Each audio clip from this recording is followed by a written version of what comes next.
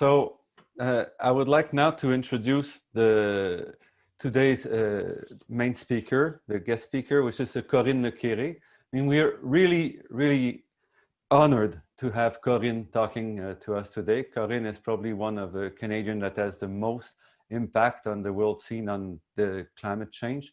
She's had a master's degree from McGill, BSc from Université de Montréal, and a PhD in oceanography from Université de Paris 6. And she is now the Royal Society Professor of Climate Change Science at the University of East Anglia. I would say as important, cannot say more important, she's also a member of the UK Committee on Climate Change, and she also chairs the equivalent in France, which is the High Council on Climate. So she really has her fingers, and much more than her fingers, on the climate change policies that are taking place both in the UK and in France. And so I think it's very important that she's here today, that she can tell us a bit the point of view from the rest of the world, how things are moving. So thank you very much, Corinne, for accepting to be our guest speaker today. Merci Normand et bonjour à tous et à toutes. Est-ce que vous m'entendez bien déjà premièrement? C'est bon? On t'entend très bien, très bien.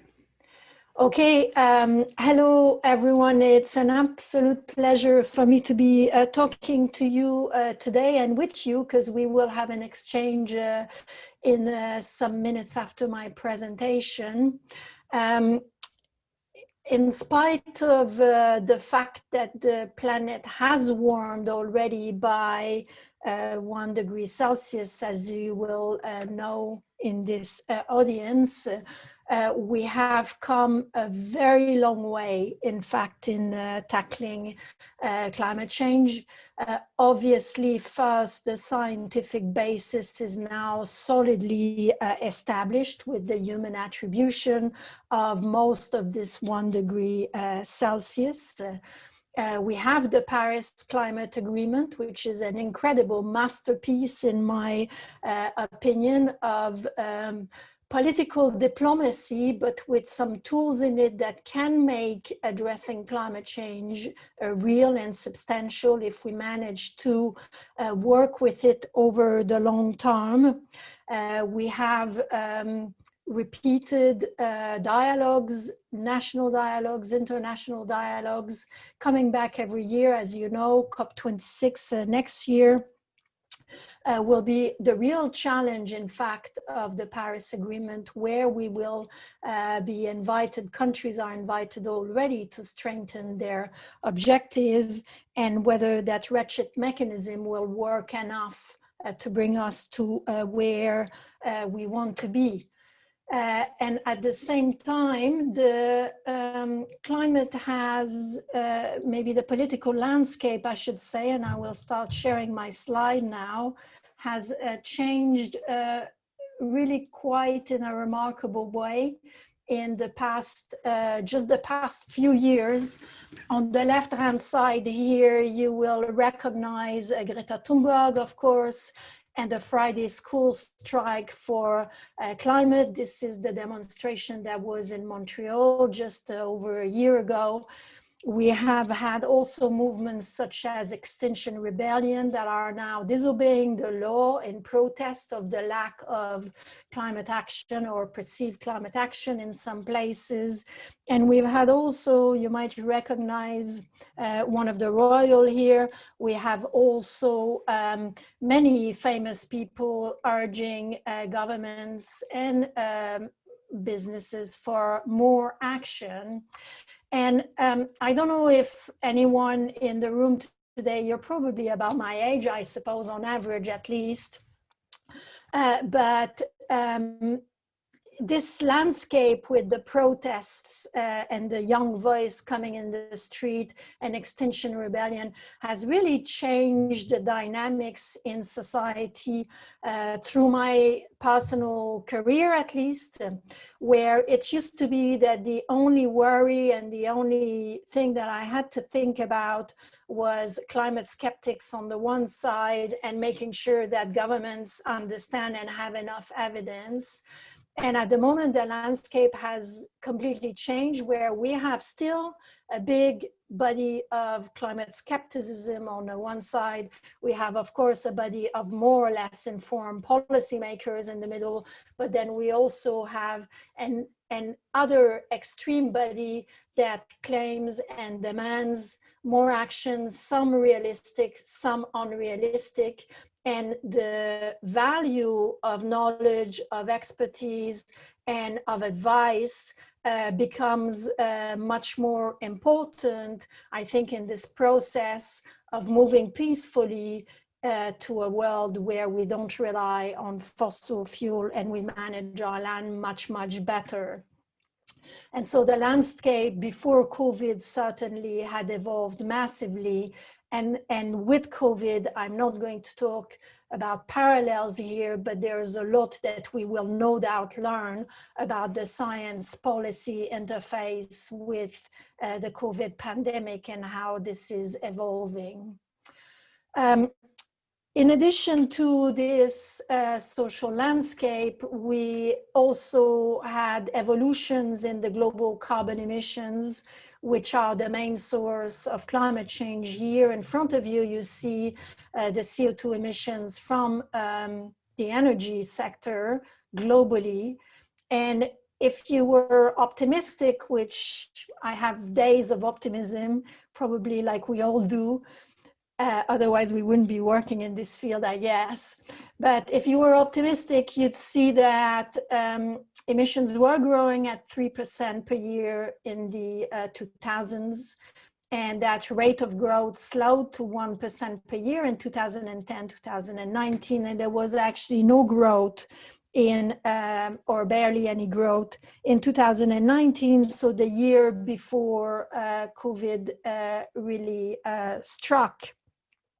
And so were we slowly reaching peak emissions or not is really a super important critical question, and is the first question that I'm going to try and at least bring elements of addressing today before I go into policy itself.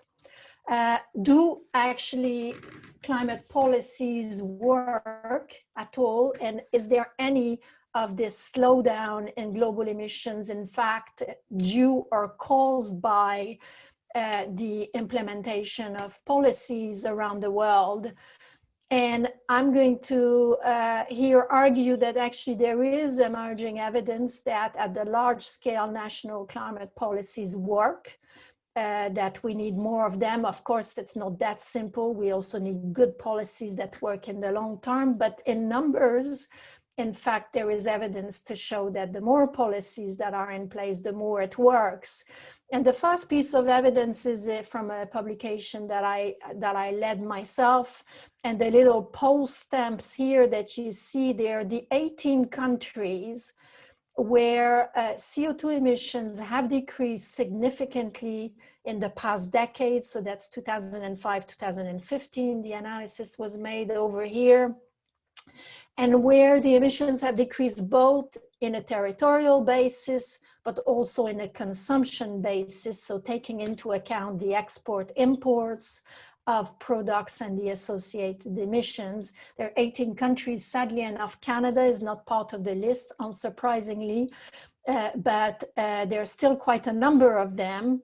And we have done in this publication, we've analyzed, in fact, how did they do this decrease in emission? And there's three common factors across countries. One is that as country group, this group used less and less energy, so a decrease in energy use. As a country group, renewables were replacing fossil energy, so mostly moving out of coal in the electricity production. And the last point is the most interesting in the concept of this forum, is that the countries that had more policies in place in terms of numbers were also the countries that had the largest decreases in emissions. And this analysis actually is further strengthened by a publication that is by my colleagues at UCL in London, who have looked at, again, the effectiveness of climate policies. They have an inventory worldwide of 1,800 climate policies that are in place across all countries, so that's a large number.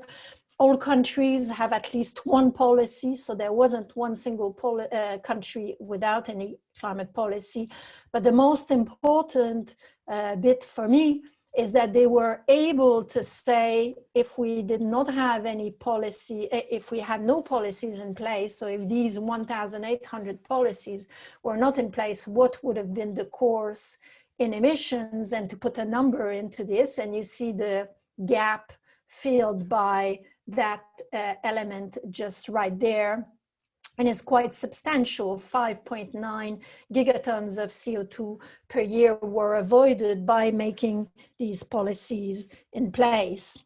So the big question, I think the answer is here that policies do work, well coordinated, possibly policies. And of course, we have a lot to learn about the quality of these policies and which ones deliver more than other. For example, in this graph, you can see that the policies that target CO2 are a lot more effective than other greenhouse gases. Maybe there are more of them, maybe they are more efficient, but other greenhouse gases are typically targeting agriculture, whereas CO2 is typically targeting energy. So we have a lot to learn and a lot to explore here, but there is something to be said about numbers, which I will come back in my presentation, about the fact that, in fact, the scale of the challenge has not been grasped in any countries in my perception around the world, where policies are in fact needed across the economy, policies of all kinds of angles to make sure that the vision and the pathway is clear, not only for policymakers and the people like you and I interested in climate policies, but for every single actor in our global society.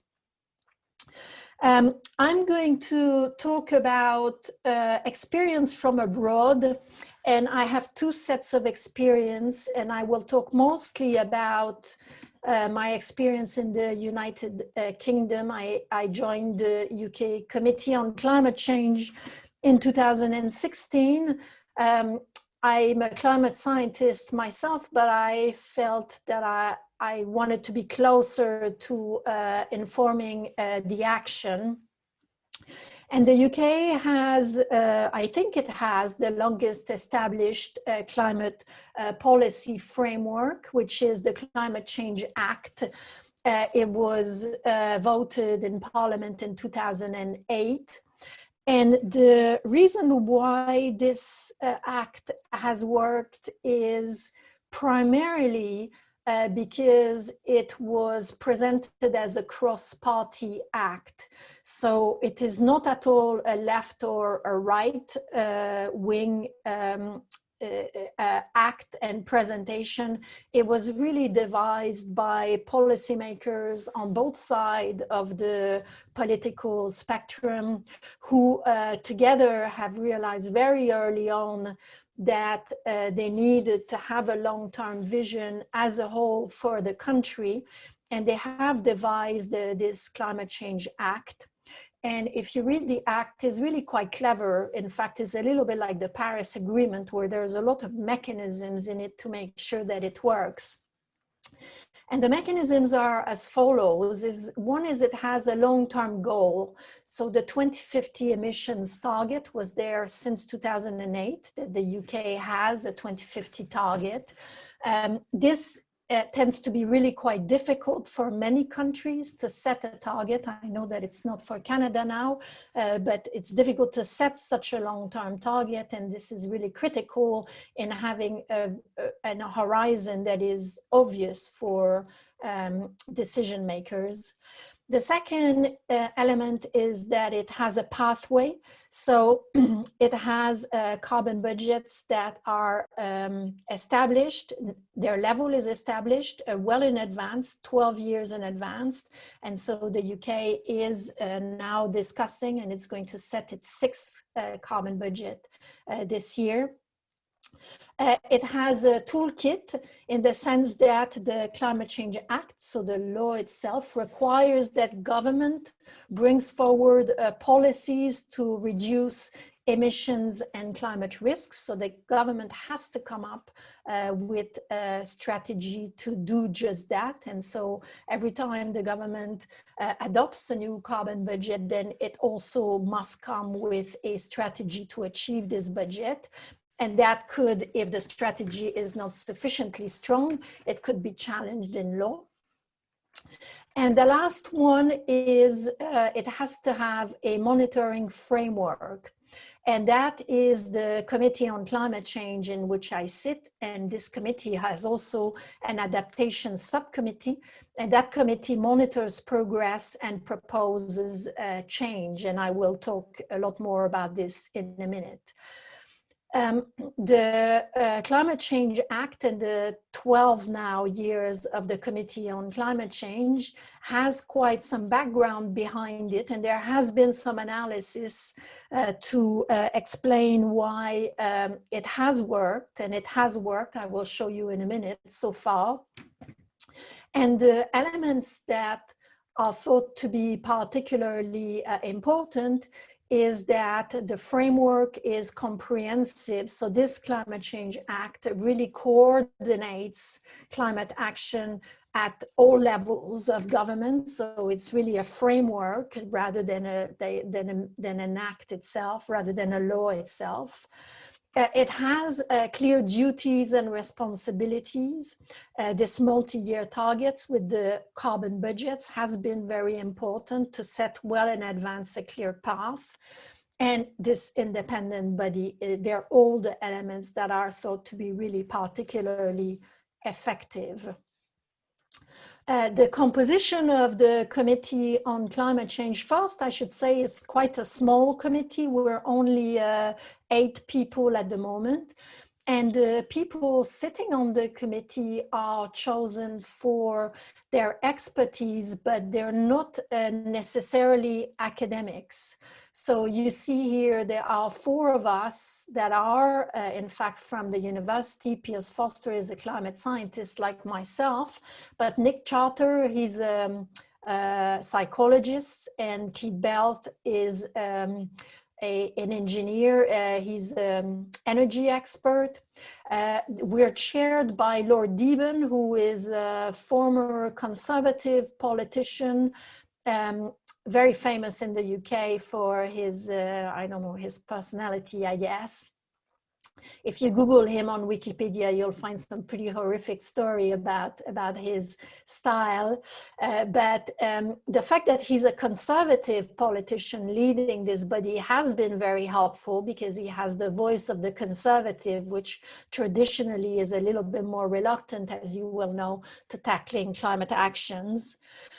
We have also Baroness Brown, who is an academic, but has really worked with businesses very closely, and she's a proper engineer. She knows the nitty-gritty of how you get things installed in a jet plane and things like this, and that's also adds a lot of credibility.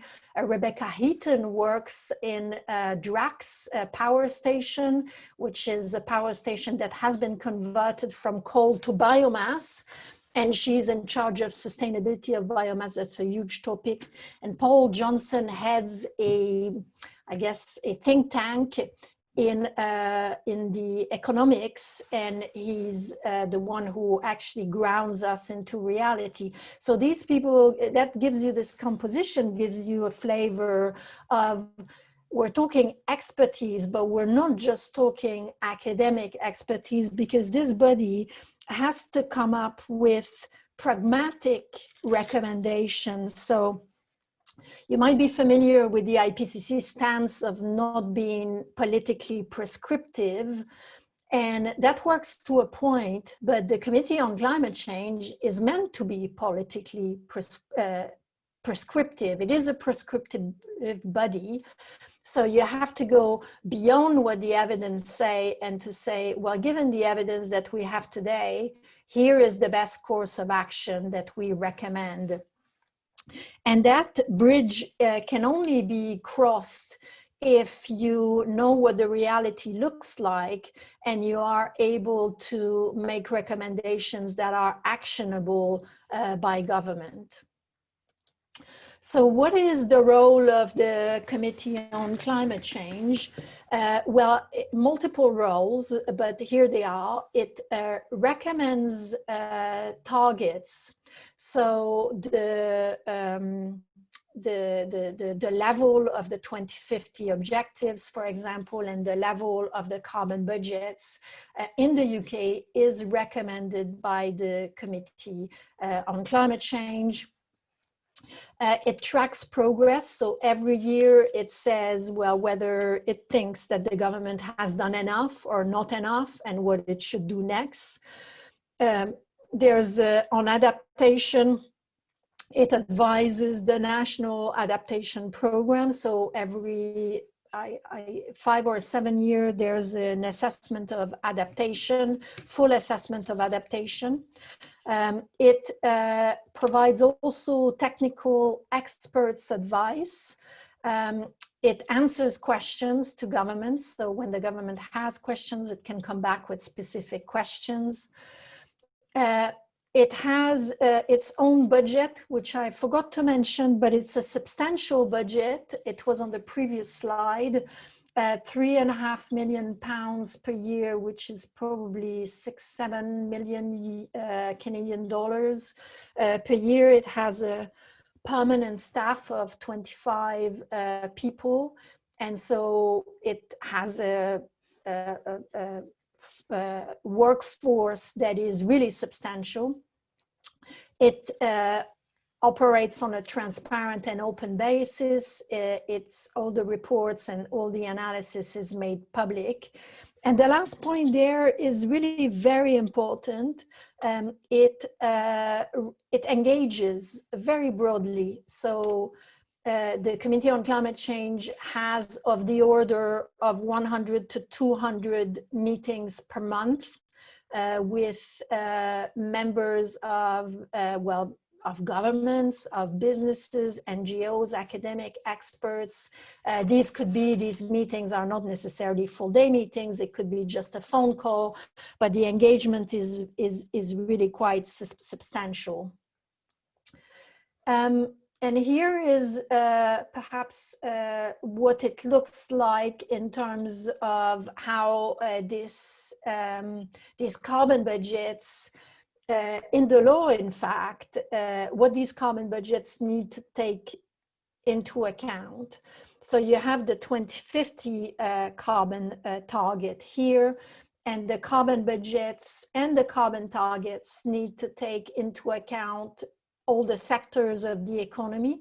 So what each sector can do, power, buildings, industry, transport, agriculture, and waste and F-gas, but also the impacts of the carbon budgets on a number of things. So the fiscal impacts, the economic impacts, the security of supply, fuel poverty, competitiveness, air quality, and health. So it's not just about setting the carbon budget, but it's also about setting the carbon budget in the context of other priorities, and it needs to be also the cheapest available path. So there's an economic efficiency also to be had there. In terms of the target itself, while I'm on that slide, I do want to say a bit of the considerations that we've had to take into account in setting the recommendation for the net zero target for 2050, which the UK government has adopted. So the consideration there were to make sure that the advice is aligned with the best possible science. And there was a lot of examination required for setting the net zero budget in CO2 only or in full greenhouse gases is not so obvious. There is 20 years difference when setting a global budget in one or the other. So that the scientific consideration for the content of this recommendation were occupying the analysis very much. Then there were consideration of fairness. What would be a fair UK contribution to this global burden to limit climate change to 1.5 degrees. There were consideration of feasibility, so being very conscious of a budget that is achievable with the technology that we know today or that we can anticipate for the foreseeable future. So improvements in battery technology, for example, and lowering of the price in the future could be anticipated to some extent, but not a new technology that we don't know already that exists. There were consideration of what does the group think is a good position for the UK leadership worldwide. And for this, we have in fact hired a working group on the UK international interface to advise us on what the best recommendation was, and finally criteria like should the UK use or not carbon credits. And all these considerations were then put into place for the recommendation of the advice. And when something like this is done, I have here an example for the 5th carbon budget of the amount of work that goes into any advice from the UK Committee on Climate Change is enormous. So there's public engagement, business engagement, there's new research, including modeling pathway in some cases, there's one-on-one meetings, new modeling, and committee expertise and scrutiny through monthly committee meetings. So it's really quite substantial. And maybe the biggest question is, in fact, has it worked? Well, the decrease in emission in the UK, which is the red line on this graph here, UK emissions were already decreasing before the Climate Change Act, but this has accelerated, as you can see now, the red curve, which is fitted to prior to 2008, accelerated after the setup of the Committee on Climate Change. In the UK, greenhouse gas emissions have fallen 40% since 1990. That fall is, there's some fall in most sectors of the economy, but it's really mostly led by the power sector, where the UK has moved out of coal. And that has happened not from a single policy, but it has happened from a systematic, coordinated set of actions by government, starting with a clear direction. We are going to get out of coal by that date. A stable, predictable carbon price. So there's the European emissions trading scheme. But in addition, the UK has put up a carbon floor price that was increasing with time, and that has really pushed coal out. Investable market instruments. So the UK has experimented with contracts for difference. It has made auctions so that to make sure that the price would go down through time, starting some competitive markets. It has leaned on product standards by the European Union in particular. And it has worked very much here, collaborations between government and businesses to remove blockages in the power production sector, especially for the deployment of renewable energy. The UK is a big hub for wind power now. The UK is almost entirely moved out of coal now, and therefore the other sectors become a lot more challenging, and the UK's climate action will be very challenged in the next few years, and we'll see if it can or not decarbonize these other sectors. I do want to spend a few more minutes, and I'll go back to my slides in a minute, but I thought I'd give you a break from the PowerPoint for a second. First, just to wrap up on the UK, in the Climate Change Act, just say that although the government must ask the Committee on Climate Change for advice, it does not have to follow the advice of the Committee on Climate Change. And that's been very interesting because there was a lot of skepticism at the beginning about this clause. But in fact, by and large, the government has followed most advice. And that is because it's a lot easier to follow it than not following it, because if you don't follow it, you have to explain why, and you get all the voices of the civil society to answer to. Corinne, il reste à peu près 15 minutes à la session. À la session. C'est avec les questions aussi. OK, donc je vais essayer d'aller assez vite. Je vais juste donner un petit élément de la France et puis je reviens vers vous là tout de suite. Yeah, so the part of engagement has also been very important. So just to say maybe a few words about France, and maybe I won't go back to my slides and I'll just say them verbally. France is quite different from the UK. The biggest difference is that it has already got low carbon electricity because most of its electricity is nuclear.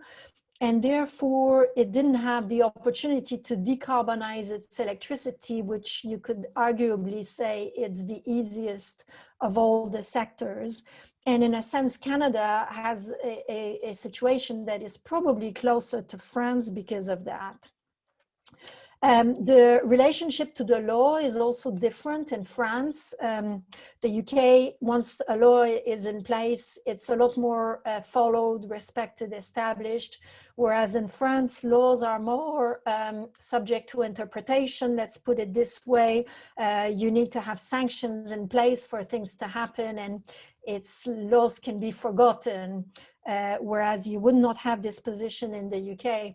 So in France, it's really important that any big thing like decarbonizing the economy that the government puts in place is supported by society. You cannot do this en catimini. You have to do this really in a very, very obvious way through bottom-up efforts.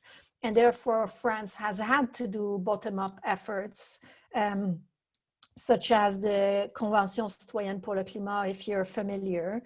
And of course, France also had the Yellow Jacket, le mouvement des Gilets jaunes, which means that now it's put itself in a difficult position, and the just transition is really at the heart of what France is trying to do now.